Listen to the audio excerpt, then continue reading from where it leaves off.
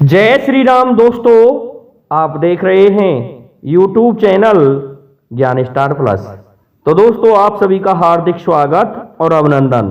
दोस्तों, आज हमने आपके लिए कमेंट चुना है श्रीमान संजीव जी का, और ये लिखते हैं कि गुरुजी मेरी पहेली का उत्तर बताइए। भटा बड़े जंगी खींच के रह गए भंगी। दोस्तों, मैं इनकी इस पहेली का उत्तर खोजता हूं। तब तक जो भाई हमारे चैनल पर नए हैं, उन भाइयों से मेरा निवेदन है कि वे भाई हमारे चैनल को सब्सक्राइब जरूर कर दें, साथ ही बेल आइकन को भी प्रेस कर दें, जिससे कि आने वाले वीडियो का नोटिफिकेशन आपको मिलता रहे। देखिए दोस्तों, इस पृथ्वी पर एक राजा हुए थे जिनका नाम था वीरसेन। और दोस्तों, उनके महलों में 101 रानियां हुआ करती थी, अर्थात 101 रानियों से उन्होंने विवाह किया था, जिनमें सबसे सुंदर रानी जिसका नाम मंजा था। अब क्या होता है, मंजा का और राजा वीरसेन का, कि वीरसेन एक दिन कचहरी में बैठे हुए थे कि देखा सभी तरफ से रानियां पंखा झल रही हैं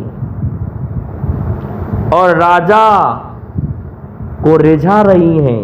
परंतु महाराज कहने लगे कि रानियों, तुम्हारे इस पंखा झलने से मुझे वापस ऐसा माहौल लग रहा है कि मैं जल रहा हूं। रानियां कहने लगी, क्यों महाराज? वो इसलिए कि हमारे महल में इतनी रानियां हैं, फिर भी कोई ऐसा नन्ना मुन्ना बालक नहीं है जो हमारे आंगन की शोभा को बढ़ाए। इस बात को सुन के रानियां चुप हो जाती हैं। राजा का दिमाग खराब हो गया और अपने घोड़े को लेकर के और चल देता है। पास में मंजावती जब ये देख रही थी तो मंजावती कहने लगी कि महाराज, आप कहां जा रहे हैं? कि मंजा, यदि तुम्हें चलना हो तो मेरे साथ चलो, मैं अभी जा रहा हूं, मेरा दिमाग खराब हो रहा है, मेरी आयु बढ़ती जा रही है, लेकिन मुझे संतान पैदा नहीं हुई। दोस्तों, मंजा भी उसके साथ में चली जाती है। बियाबान जंगल में पहुंच गए। अपने साधु महाराज जो एक गुरुजी थे उनके पास में, कहते हैं कि कुल गुरु तो सबके हुआ करते हैं, किसी न किसी गुरु के सानिध्य में ही लोग जाया करते हैं। पहुंच गए दोस्तों। साधु ने प्रणाम किया, महाराज आने का कारण बताएं। तो महाराज वीरसेन, जिनका नाम प्रथम था, वो कहने लगे कि सुनो महाराज, साधु महाराज, मेरे घर में 101 पटरानियां रानियां हैं, लेकिन आज तक मेरी आंगन में कोई शोभा नहीं बढ़ पाई है। महाराज, मुझे आप कोई ऐसा वरदान दो या कोई ऐसी वस्तु दो जिससे मेरे घर में, मेरे आंगन की शोभा बढ़ सके, कोई संतान उत्पन्न हो सके।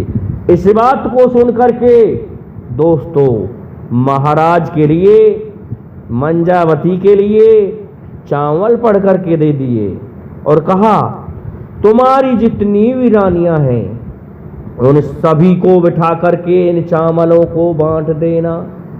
दोस्तों, ऐसा ही किया। महाराज वापस आ गए नरवरगढ़ को, और नरवरगढ़ में आकर के सभी रानियों को बिठा करके चावल बांट दिए। अब देखा कि हो सकता है इस मंजा की कोई चाल हो, ऐसा 100 रानियां सोचने लगीं, और 101वीं पटरानी थी मंजावती। तो मंजावती तो बैठ करके अपने चावलों को मुंह की तरफ ले गई मंत्र पढ़ के क्योंकि मंत्र भी साथ में बताया था चावल खाने के लिए, और उन्होंने उस मंत्र के साथ में चावलों को मुंह में देने के बजाय नीचे गिरा दिया। इस प्रकार से रानी मंजावती दोस्तों गर्भवती हो गई।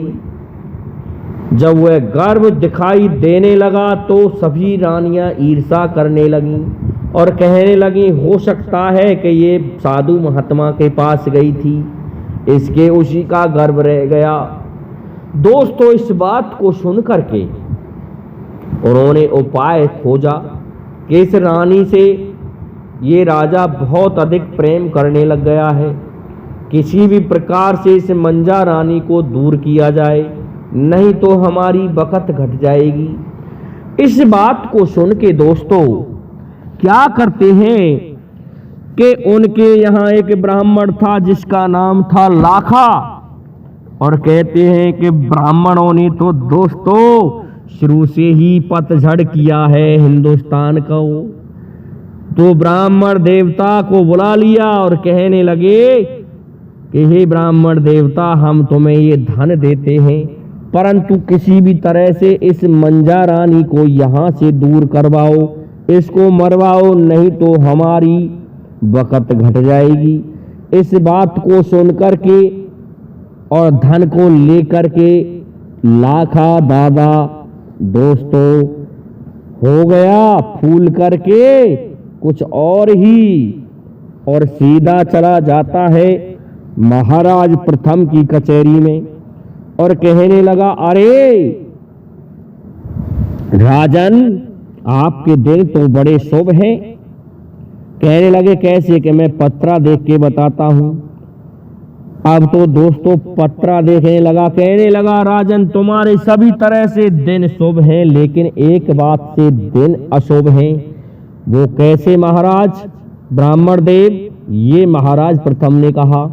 तो वो कहने लगा कि आपके यहाँ एक रानी है जिसका नाम है मंजावती, वो आपका गर्भ नहीं है, वो बाहर से किसी अन्य का गर्भ लेकर के आई है, इसलिए ये तुम्हारे कुल के लिए घातक और कुलक्षणी रानी है, इसलिए इसको यहाँ से भगा दिया जाए या मरवा दिया जाए। दोस्तों राजा की बुद्धि सटक गई और राजा ने बुलवा लिया है जल्लादों को, जिन्हें भंगी कहते हैं, जल्लाद कहते हैं। जल्लादों को बुला करके कहने लगा, राजन कैसा है, तुम्हें तुम्हारी रानी जो तुम्हारी राजमाता मंजावती है उसको खींच करके ले जाना है और उसके नेत्रों को निकाल के मेरे लिए ले आना है, उसकी गर्दन काट के आना है। दोस्तों जल्लाद चले गए महल की तरफ और जाकर के देखा कि रानी मंजा सोई हुई थी, गहरी नींद आ रही थी गर्भ की, लेकिन भंगियों ने जाकर के खड़ा किया उसको और पकड़ करके ले गए राजा की कचहरी में। और राजा कहने लगी रानी के, मेरा दोष क्या है कि तू कुलक्षणी रानी है, तेरा ये मेरा गर्भ नहीं है, तू किसी और की संतान लेकर के आई है, ये किसी अन्य किसी का गर्भ है, इसलिए मैं तुझे आदेश देता हूं इन जल्लादों को कि तुझे मार करके खत्म करके और मेरे पास आएंगे। दोस्तों रानी कहने लगी, अरे राजन अब भी समझ जा, तेरे पास समय है, तुझे संतान नहीं होने वाली, ये संतान तेरी ही है और ये उसी साधु महात्मा का चमत्कार है, उसी के चावलों से हुआ है। कहने लगा, कहीं चावलों से और संतान होती होगी, मुझे नहीं पता था कि तू मेरे साथ में इसीलिए गई थी, ये उसी साधु का गर्भ है। ऐसा कहने पर दोस्तों रानी चुप हो गई, रानी की कोई सुनने वाला नहीं था। नगर इकट्ठा हो रहा है, स्त्री पुरुष देख रहे हैं, खींच के भंगी ले जा रहे हैं और दोस्तों पहुंच जाते हैं ऐसे बियाबान जंगल में जहां पर कोई भी वृक्ष नहीं था, केवल एक हीस का छोटा सा वृक्ष था। अब जल्लाद कहने लगे कि तलवार उठा और भाई तू इसकी गर्दन काट दे रानी की। तो दोस्तों तलवार उठा गई लेकिन चली नहीं। कहने लगा राजमाता मैंने तुम्हारा अन्न खाया है, मैं तुम्हारी गर्दन नहीं काट सकता। इसी तरह से दूसरा कह करके रोने लगा, इसी तरह से तीसरा कह करके रोने लगा, चौथा भी रोने लग गया। 4 लोग खींच के ले गए थे। दोस्तों मंजा कहने लगी तो बताओ क्या करोगे। तो वो भंगी कहने लगे कि हे माँ ऐसा है, तू इस हीस में दुबक जा और हमारे लिए तेरे वस्त्रों को दे दे, और हम किसी मृग या अन्य किसी चीज को मार करके तुम्हारे इन कपड़ों को खून में रंग के राजा को दे देंगे और वो समझ जाएगा कि मार दी गई है। ऐसा कहकर के तू तेरे कपड़ों को दे दे। दोस्तों मंजा भीतर घुस गई उस छोटी सी हींस के अंदर और उसने कपड़े बाहर फेंक दिए। अब दोस्तों उनको याद आया कि इसके तो नेत्र और मांगेगा, नेत्र कैसे निकालेंगे हम, इसने तो कपड़े ही कपड़े दिए। कि इतने में देखिए प्रभु की ऐसी लीला हुई कि वो हींस छोटी सी अचानक 1 किलोमीटर के हिस्से में फैल गई। देखिए प्रभु की लीला। और दोस्तों जब वो 1 किलोमीटर भी फैल गई तो भंगी कहने लगे ये तो अब हमारे हाथ ही नहीं आ सकती, ये तो हम पहुंच ही नहीं सकते इसके तक, कांटेों में छिद जाएंगे, ना ये हमारे पास आ सकती है। तो भंगी कहने लगे अब किसी भी प्रकार से हमें आपस में किसी न किसी के नेत्र निकाल करके देने पड़ेंगे। तो चारों भंगियों ने तलवार खींच ली है दोस्तों, और चारों भंगी आपस में युद्ध करने लगे, लड़ रहे तलवारों से। रानी मंजा कहने लगी प्रभु तेरी ये कैसी लीला, ये भंगी मरे जाते हैं, इनको भी बचाइए प्रभु। तो देखिए दोस्तों उसी समय आ जाते हैं वहां पर भगवान मृग का रूप धारण करके देवी मां आ जाती है। अपनी माया से एक मृग बनाया और वह घूमने लगा। तभी उन्हें वह मृग दिखाई दिया। तो दोस्तों भंगी प्रसन्न हुए, कहने लगे इस मृग को मार लो और इसी के नेत्र निकाल ले चलो। दोस्तों उस मृग को उन भंगियों ने मार दिया और मार करके उसके नेत्र निकाल के उसके कपड़ों को खून में रंग के ले गए। ले जा करके राजा वीरसेन प्रथम भूप नरवरगढ़ वाले को दे दिए गए। जब दोस्तों उसने क्या किया, क्रोध के कारण उन नेत्रों को अपने पैरों के तले कुचल दिया और उन कपड़ों को देख के कह दिया ठीक है इनको जला दिया जाए। मर गई, बहुत अच्छी रही, कुलक्षणी नारी थी। अब क्या होता है दोस्तों के भटा बड़े जंगी और खींच के रह गए भंगी, क्योंकि भंगियों की पेश नहीं पड़ी थी, हींस बढ़ गई थी।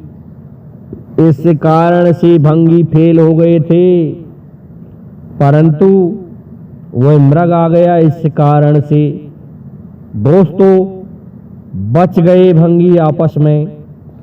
और उसी हींस में दोस्तों क्या होता है कि सिंगनी भी आ जाती है और उस हींस के पेड़ में वह सिंगनी भी गर्भवती थी। लेकिन गर्भ का समय पूरा हो गया और समय पूरा होने के कारण मंजा रानी के एक लड़का उत्पन्न हुआ जिसका नाम दोस्तों आगे बताया जाएगा। और इधर सिंगनी से एक लड़का उत्पन्न हुआ अर्थात सिंगनी से एक सिंह पैदा हुआ। अब सिंगनी का सिंह तो दूध पी रहा था, लेकिन मंजा का वह लड़का भूखा था और भूखी ही बेचारी मंजा थी। अब कहने लगी सिंगनी, अरे ओ बहन, तेरे ये लड़का हुआ है, मैं देख रही हूं, तू भूखी है, तू ऐसा कर, तू खुद के लिए भी दूध मेरे से पी ले, और क्योंकि मैं तो मांस का आदि का भक्षण कर लेती हूं, तो मेरे से दूध एक दिन में ही 18 किलो निकलता है, तू पी ले, और जिससे तेरे बच्चे को भी तेरा दूध आ जाए और तेरे बच्चे को पिला ले, और कैसे भी करके तू फिर यहां से चली जाना। सिंगनी कहने लगी, इस तरह से तो सिंगनी से मंजा कहने लगी कि बहन सिंगनी, मैं करूं तो करूं क्या, मेरा भगवान रूठ गया और इस तरह से मुझे निकाल दिया गया है, मैं जाऊं तो कहां जाऊं। तो दोस्तों, उसी समय राजा नल ने जैसे ही सिंगनी का दूध पिया तो राजा नल रोने से चुप हो गया, और दोस्तों साथ में मंजावती ने भी दूध पिया, जिससे उसकी भी भूख समाप्त हो गई। अब क्या होता है, लच्छी नामक सेठ शंतिपुर का निकल के जा रहा था, और वह लच्छी नामक सेठ उस स्थान से जैसे ही निकला कि एक बच्चे की रोने की आवाज आई। कहने लगा कि ये इस हिंस में बच्चा किसका रो रहा है। वो रुक गया और कहने लगा कि भाई कौन है जो ये बच्चा किसी ने इस हिंस में फेंक दिया है। लेकिन वो कहने लगा, सिंगनी कह रही कि ऐसा है, इसको धर्म का भाई बना ले और तू इसी के साथ चली जा, क्योंकि अब यहां से आगे तुझे भोजन की आवश्यकता पड़ेगी, तेरे पुत्र को भी पड़ेगी, तो फिर भोजन कहां से आएगा, इसलिए तू इसके साथ चली जा। तो मंजा कहने लगी, देखिए अगर तू मेरी मदद करना चाहता है तो सुन ले, तू मुझे बहन मानेगा और मैं तुझे भाई मानूंगी। यदि इस बात पर राजी हो तो मैं बाहर आ जाऊं। सेठ कहने लगा कि तू मेरी भाई, तू मेरी बहन क्या, तू मेरी पुत्री होगी, तू बाहर आ जा। क्या कारण है जो तू यहां अपने बच्चे को लेकर के रह रही है। कैसा है, पहले मुझे कोई ऐसा वस्त्र दो, मैं नग्न अवस्था में हूं। तो दोस्तों सेठ ने अपनी दुशाला को फेंक दिया और रानी मंजा ने उस दुशाला को अपने शरीर पर ओढ़ लिया, ढक लिया और तब जाके बाहर निकल के आ गई। कहने लगी कि ये सब कुछ क्या है कि मैं आसमान से गिरी हूं और धरती ने झेली हूं। मुझे मेरे पति ने छोड़ दिया है और मेरे बालक सहित भगा दिया है। मुझे मेरे पति का पता नहीं है कि वो पति भी जिंदा है या मर गया।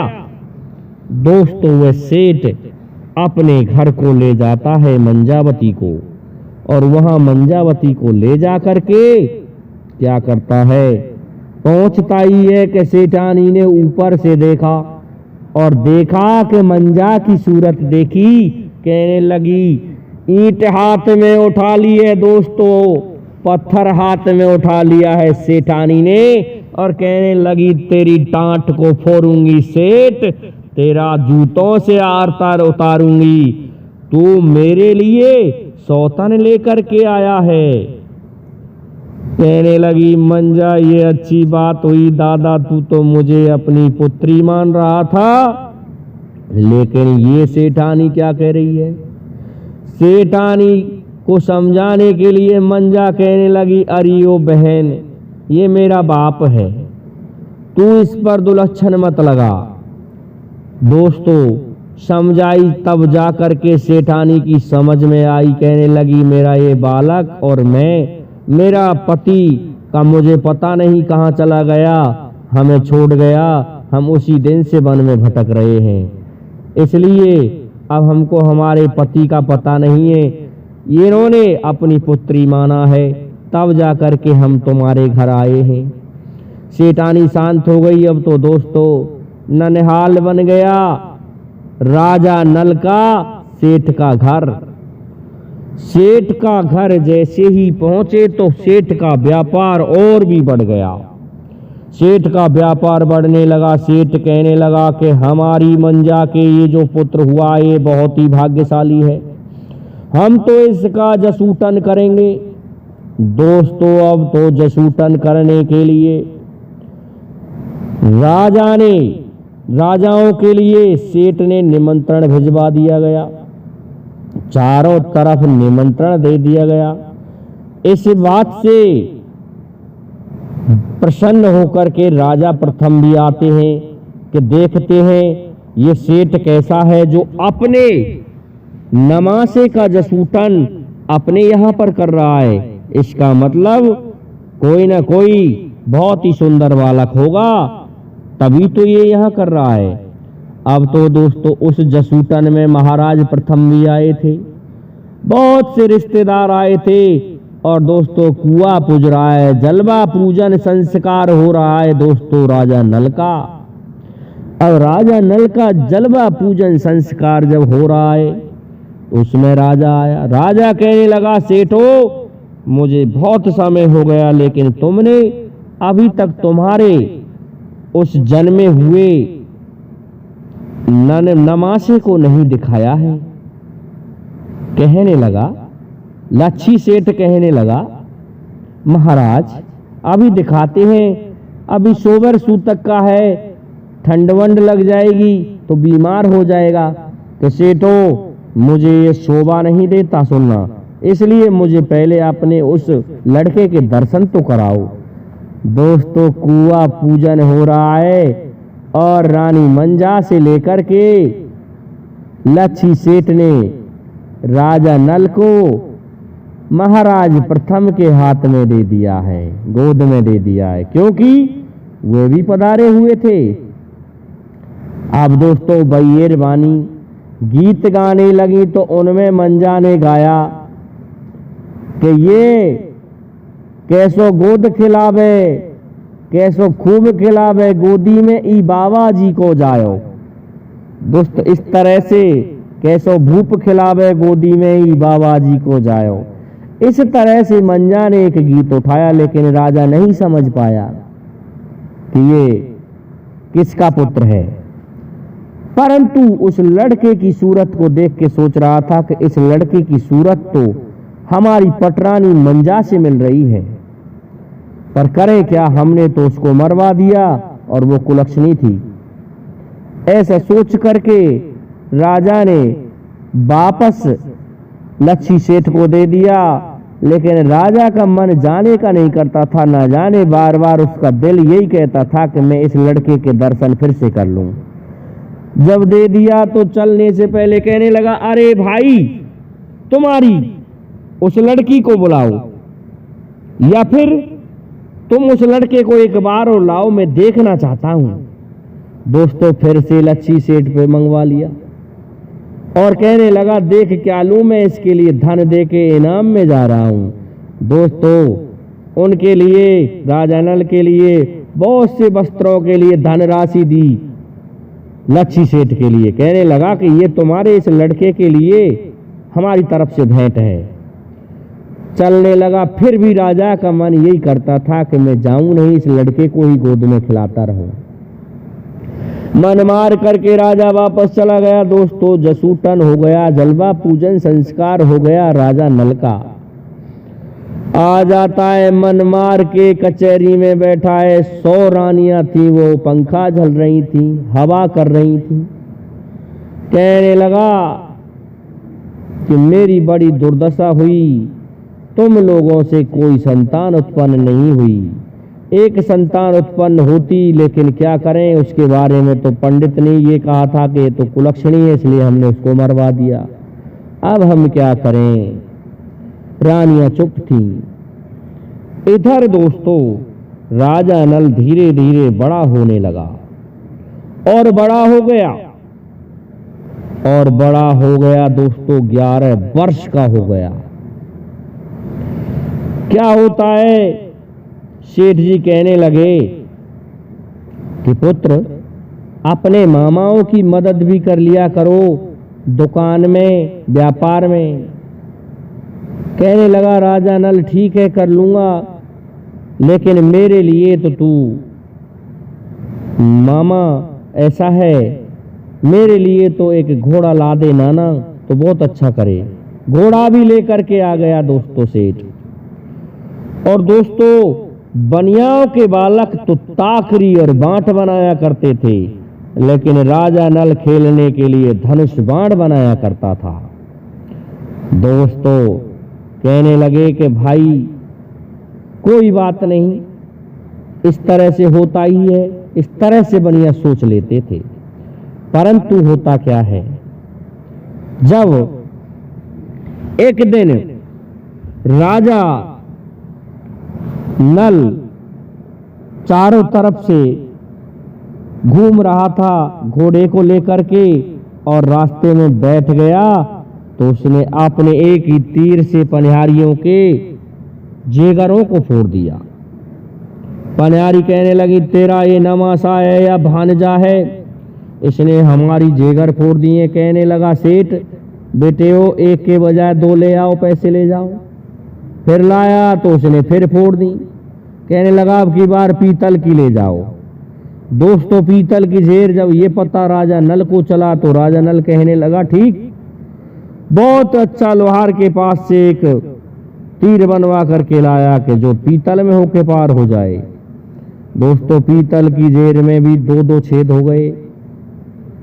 अब दोस्तों फिर गई कि महाराज सेठ जी आपका ये नमासा बहुत बदमाश है। तो फिर बुला लिया है राजा नल को, और सेठ कहने लगा अरे भैया लाला मुन्ना बेटा तू हमने क्यों ऐसे परेशान कड़वे लग रहा है। दोस्तों इस तरह से सेठ जी ने कहा, और हम तो बढ़िया हैं, हम तो बर्बाद रह जाएंगे ऐसे। इस बात को सुन के दोस्तों राजा नल शांत हो गया, और उसने जेगरों को फोड़ना बंद कर दिया। अब तो दोस्तों उसके 2 पुत्र थे लच्छी सेठ के। वे दोस्तों व्यापार किया करते थे। दोनों एक दिन समुद्र में जहाज को लेकर के जा रहे थे। अचानक क्या होता है कि वहां पर एक दैत्य रहता था। उस दैत्य के पास में एक लड़की थी। वह लड़की प्रत्येक दिन समुद्र के तट पर स्नान करने आया करती थी, जिसका नाम था दोस्तों घुमासुर की पुत्री, जिसका नाम गजमोतनी था। अब क्या होता है, पहुंच गए।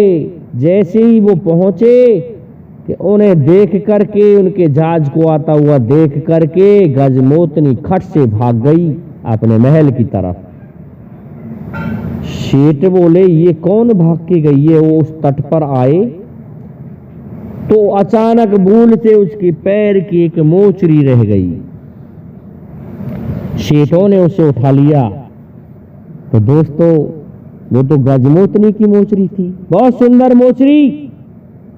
उस मोचरी को लेकर के सेठ आ जाते हैं, कहने लगे हमारे महाराज के लिए देंगे तो प्रसन्न होंगे और वो इनाम देंगे। देखिए दोस्तों सेठों की बुद्धि खत्म हो गई। आके अपने पिता लच्छी सेठ को बताया। अब तो लच्छी सेठ कहने लगा ठीक है, हम हमारे महाराज प्रथम के पास जाते हैं। अब तो प्रथम के पास गए, दरबार में पहुंचे और कहने लगे महाराज हम भेंट लेकर के आए हैं। कि बताओ सेठ जी क्या भेंट लेकर के आए हैं। कहा तो मित्रता थी लच्छी सेठ और प्रथम भूप की, लेकिन मोचरी को देखा तो एकदम से कहते हैं कि राजा जोगी अग्नि जल से प्रीत लगाना ना चाहिए। दोस्तों, राजा जोगी अग्नि जल इनकी उल्टी रीत होती है। तो देखो होता क्या है, राजा का दिमाग पलट गया और कहने लगा, अच्छा सेठ लच्छी, हम आपसे प्रसन्न तो हैं, लेकिन आपको इनाम के बजाय एक दंड देते हैं। तो दोस्तों सेठ कहने लगा, ये क्या करता है? कि ऐसा है, तुम्हारे इन तीनों गए थे दोस्तों, दोनों पुत्रों को भी साथ में लेके गया था। हम तुम तीनों को अभी जेल में डाल रहे हैं। या तो हमारे लिए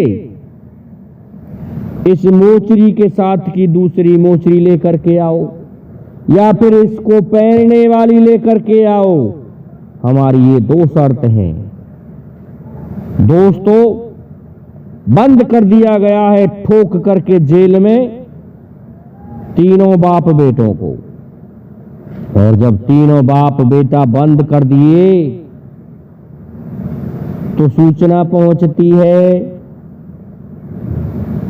उस सेठ के नगर को, लच्छी सेठ को राजा प्रथम ने जेल में बंद कर दिया है और उसके पुत्रों सहित किया है।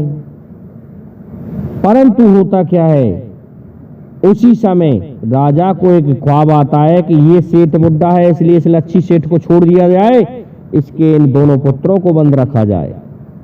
तो दोस्तों लच्छी सेठ को छोड़ दिया। लच्छी सेठ आ गया घर को, घर आकर के रोने लगा, कहने लगा, क्या करें, हम मारे गए लड़ाई में।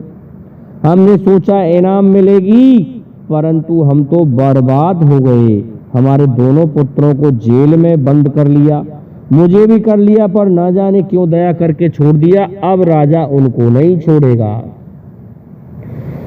दोस्तों, उसी स्थान पर राजा नल सुन रहा था। राजा नल कहने लगा, नाना श्री, आप क्यों परेशान हो रहे हैं?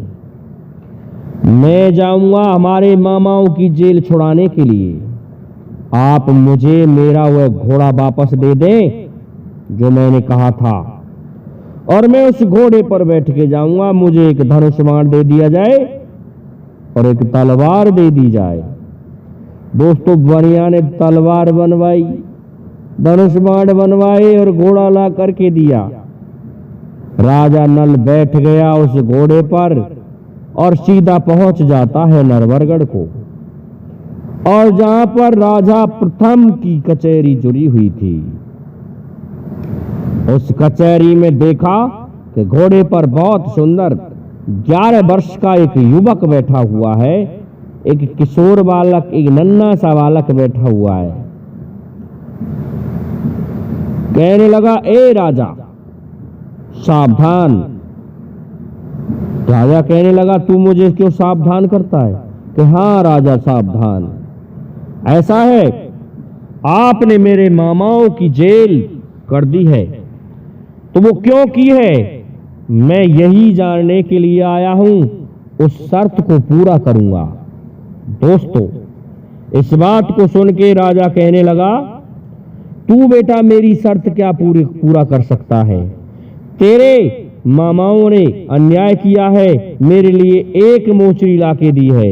या तो दोनों मोचरी लेकर के आए, दूसरी मोचरी भी लेकर के आए इसके साथ की, या फिर इस मोचरी को पहनने वाली लेकर के आए।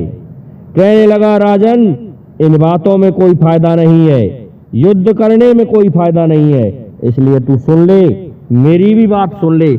मैं तेरे लिए मोचरी भी लेकर के आऊंगा और उसको पहनने वाली भी लेकर के आऊंगा। तू मुझसे 6 महीने का वायदा कर ले, 6 महीने में मैं तेरे लिए मोचरी और मोचरी को पहनने वाली भी लेकर के आऊंगा, परंतु मेरे मामाओं की जेल छोड़ दीजिए। दोस्तों, राजा की समझ में उसकी बात आ गई कि मुझे लगता तो ये बनियाओं का लड़का तो नहीं हो सकता, कोई क्षत्रिय है।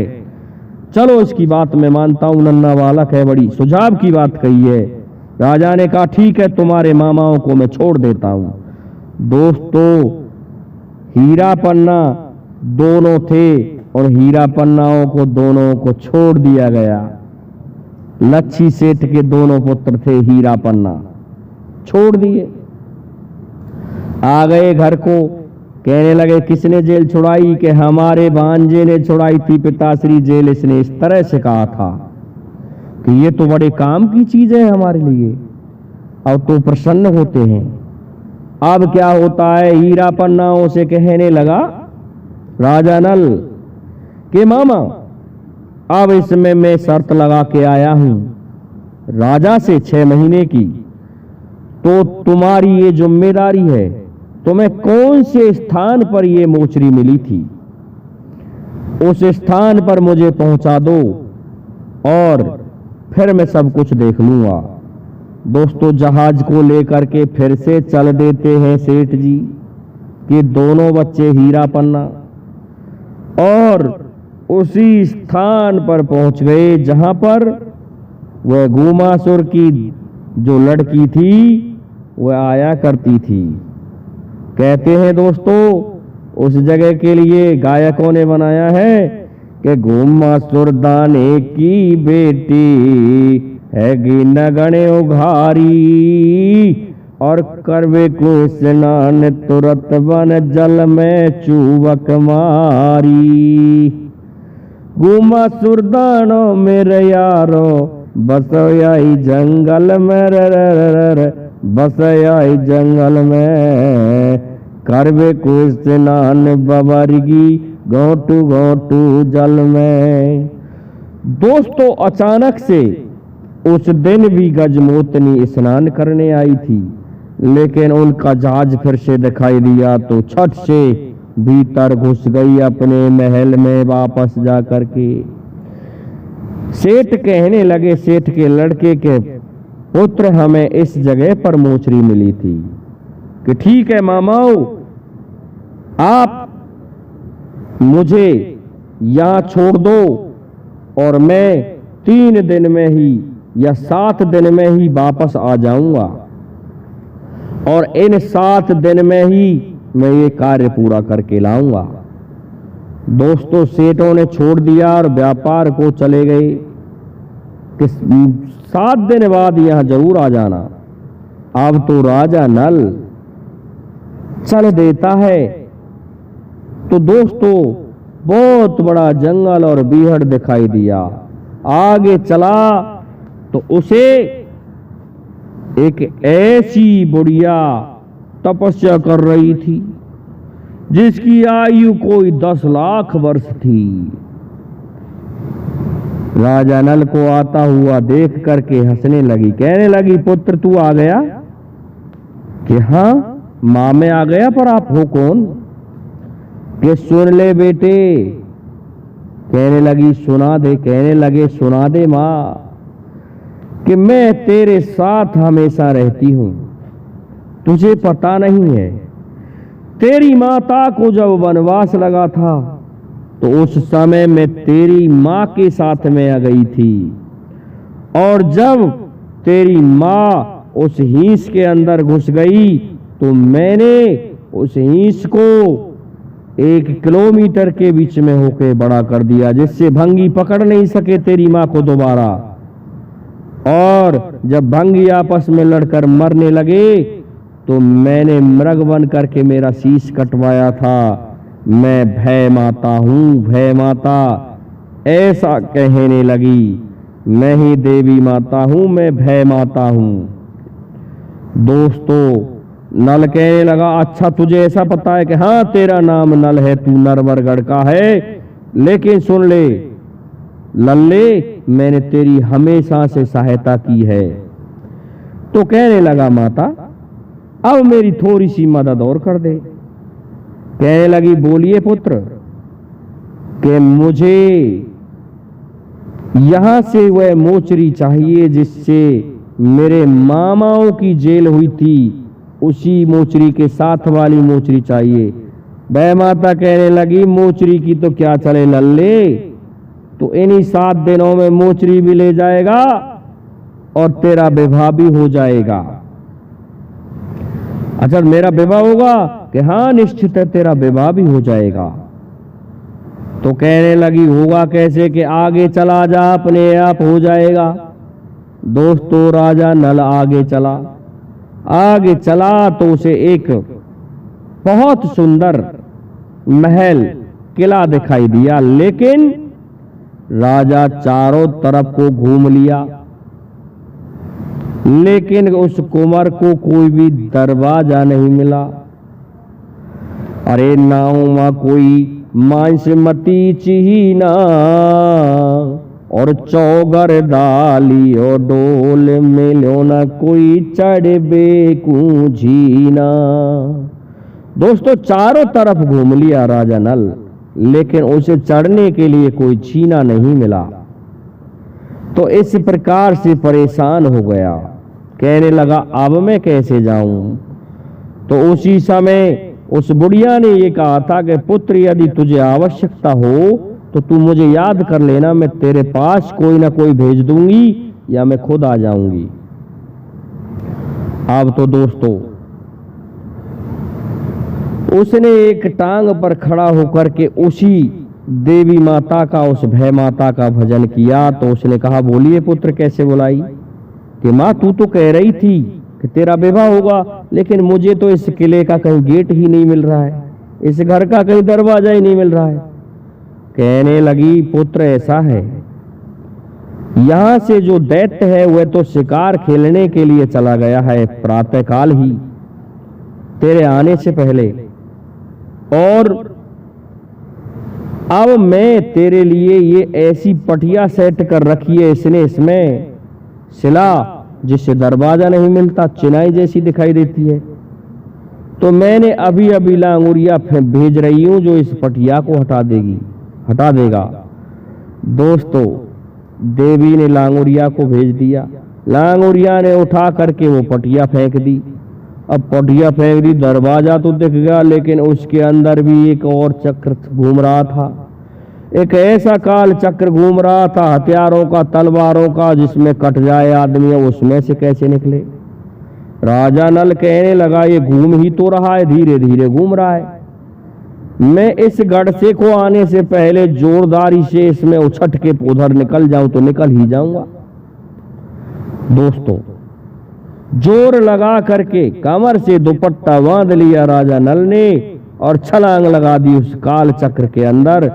वो जब तक घूम के आए तब तक पंखड़ियों में होके निकल के महल के अंदर। अब लांगुरिया ने क्या किया, उठा करके उस पटिया को वापस लगा दिया। अब तो महल के अंदर पहुंच गया राजा नल, पहुंच गया जहां पर गजमोतनी रहती थी। गजमोतनी गोमासुर दाने की लड़की सोई हुई थी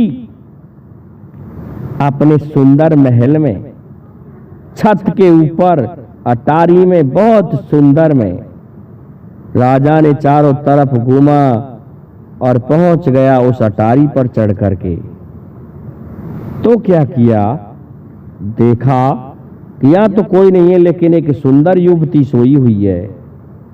जा करके उस दुपट्टे को झटका, लड़की ने देखा लेकिन कोई नहीं मिला। सोचने लगी, हो सकता है हवा से या किसी कारणवश हिल गया है मेरा ये दुपट्टा। फिर सो गई, दोबारा से झटका जोरदारी से और खम्भ की ओटक ले गया।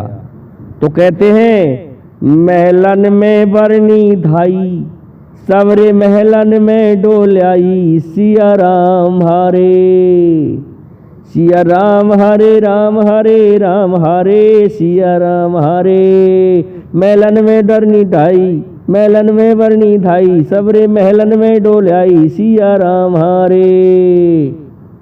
दोस्तों, पूरे महलों में डोलाई लेकिन कोई नहीं मिलो। जब कोई भी नहीं मिला तो क्या होता है, सिया राम हरे राम हरे राम हरे सिया राम हरे। और वरना खम ओट की पायो, बने ऐसो झटक लगायो, वरना ओट खम की पायो, सिया राम हारे। दोस्तों राजा नल खम की ओटक मिला और कहने लगी अब तो पकड़ लिया चोर। कहने लगा क्या कहा तूने मुझसे? चोर? तेरे महलों में आया हूं, तू ये मत समझ तूने कहीं दरवाजा नहीं छोड़ा मुझे पता नहीं चलेगा, समझ गई? और तू ये मत कहे मैं तुझे लेकर के जाऊंगा। कहने लगी तेरा नाम क्या है? कहने लगा मेरा नाम नल है, नल, ऋतुपर्ण है, ऋतुपर्ण। कहने लगी ओ नल बनने वाले छोरे, तुझ जैसे 20 लोग या नल बन के आ गए और वो बाबा की चटनी में काम आ गए। तुझे पता है मेरा बाबा राक्षस है, वो खा जाता है। तुझ जैसे बहुत नल आ गए मेरे पास में, अब तक फर्जी नल हुआ तो समझ लेना तू बाबा की चटनी में काम आएगा। कहने लगा क्या कहा? कि हाँ मैं तेरी अभी परीक्षा कर लेती हूं। कि तू मेरी परीक्षा करेगी? कि कैसे? कि ऐसे आजा मेरे तेरे बीच में खेल हो जाए चौपर सार का, जिसे हम चौसर कहते हैं। दोस्तों चौसर का खेल हो गया दोनों के बीच में। तो कहते हैं अरे जब राजन नल फांसी डारे, 9 पर जकी परते 18, और जब गजमोत ने फांसी डारे, कान 3 परत बकेवारे। राजा नल जब फांसी डारे, 9 पर जकी परते 18। दोस्तों इस प्रकार से राजा नल की तो जीत हो गई। कहने लगी है तो तू असली नल। गजब की बात, क्योंकि मुझे ये वरदान था कि तुझे नल के अतिरिक्त और कोई इस चौसर खेल में हरा ही नहीं सकता। अच्छा कि हाँ तो ठीक है, अब तो तुझे हो गया, पता चल गया कि मैं असली नल हूं। क्या असली नल है? परंतु कहने लगी कि मेरे बाबा के आने का समय हो गया, इसलिए तू अब बोला तू अब मैं क्या करूं? अब तेरे बाबा क्या करेगा? अरे के तुझे ढूंढ करके खा जाएगा, इसलिए मैं तुझे अभी क्या, अभी एक छोटा सा बना देती हूं जादू मार करके। दोस्तों जादू मार करके? कि हाँ जादू मार करके तुझे मोम की मक्खी बनाती हूं। कहने लगा कि तू मुझे मक्खी बनाएगी? कि हाँ पक्की बात है, नहीं तो खा जाएगा तुझे। दोस्तों इतने में तो वह दैत्य आ गया कि मंत्र मारा, लड़की ने खट से मोम की मक्खी बना लिया, छोटा सा बना दिया नल को और अपनी बैनी में दुबका लिया। अब तो दोस्तों अरे जादू में खाए गई गोता। दोस्तों कहते हैं सुलक्षण बामृगनेनी में, सुलक्षण बामृगनेनी में, और करडिबिया में बंद कनल दुबका लियो बैनी में। दोस्तों उसमें ऐसा सुलक्षण था कि जादू के जोर से बना करके छोटा सा और अपनी बालों की बैनी में दुबका लिया राजा नल को। दैत्य ने आकर के कहा पुत्री, कहने लगी जी पिताजी, आज तो मुझे इन महलों से किसी इंसान की गंध आ रही है। कहने लगा, लड़की कहने लगी तो बाबा इंसान तो यहां पर मैं हूं, तू मुझे ही खा लेना। कह नहीं नहीं मुझे गंध आ रही है, तू सच सच बता कोई इंसान तो नहीं इस महल में? कि कोई इंसान नहीं है। परंतु बाबा तू इतना तो बता कि तू ऐसे क्यों पूछता है मुझसे? कि मैं इसलिए पूछता हूं बेटी, पहले मुझे गंगा धर्म दे, मुझे आज खुशबू आ रही है तब बताऊंगा उस बात को। कहने लगी कैसा है बाबा, मैं गंगा धर्म दे रही तो और कह तो मेरो बाबा यहाँ पे के मैं और मेरो पत परमेश्वर होए। कहने लगे वो छोरी कहा पत परमेश्वर, कहा कुआरी लड़कीन को तो परमेश्वर ही पति हुए। अच्छो बना तो गजब की बात है, इसका मतलब कोई नहीं है, गंगा जल उठा गई है झूठी लड़की अपने पिता से, घूमासुर से। और दोस्तों गंगा जल जब उठा गई तो सांच मान गया दैत्य भी। कहने लगा बेटी सुन, सच सच बताऊं? कहने लगी बाबा मान ले किसी दिन कोई आ गया तो फिर क्या करूंगी मैं? कि हां वही तो मैं बताना चाहता हूं कि ऐसा है, एक छोरा है जाको नामे नल और बू छोरा आवेगो तोए बिहावे याई किले में। अरे और कोई को नाय मोए खटका, एक मंजा के लाला कोए खटका। मैंने मोए और कोई को भय ना है, केवल एक मंजा के लड़के का भय है, इसलिए सुन ले, उसी से मैं सावधान रहता हूं। तभी तो तुझसे पूछता हूं पुत्री कि वो आ तो नहीं गया। क्यों बाबा ऐसा क्या है? लड़की कहने लगी कि हां ऐसा इसलिए कि मेरा काल उसी के हाथ से है। राजा नल कहने लगा साले का काल मेरे हाथ से है। तो दोस्तों बैनी को हिलाने लग गया उसमें से कि हट जा।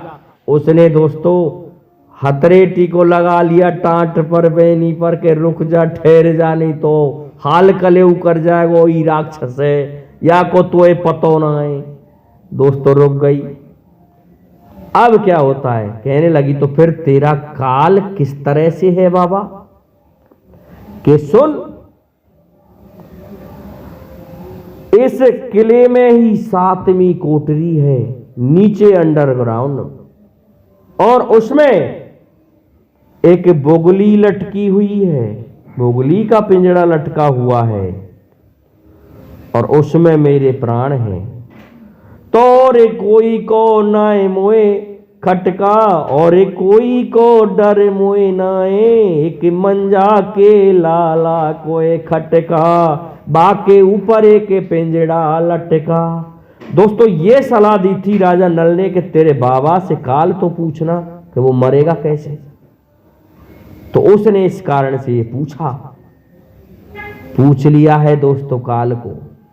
लड़की खुश हो रही है कि ठीक है बाबा, अब तू कल चला जा, तुझे 3 दिन हो गए यहां इस तरह से पूछते पूछते, और तू कल गया तो निश्चित है कल तेरा खेल खत्म, क्योंकि 7वां दिन होने जा रहा था।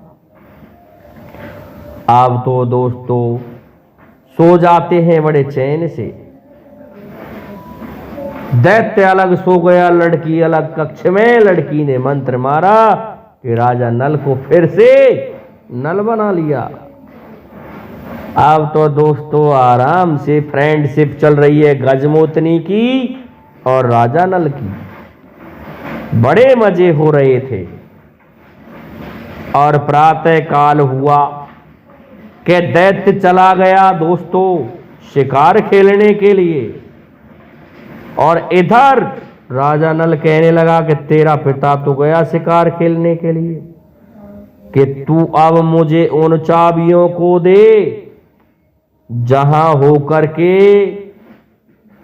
मुझे पहुंचना है उन 7 कोठरियों में जहां पर उस बुगली को लटकाया गया है। कहने लगी ठीक है। उस गुफा को, उस सुरंग को, साथ में उसको देखा।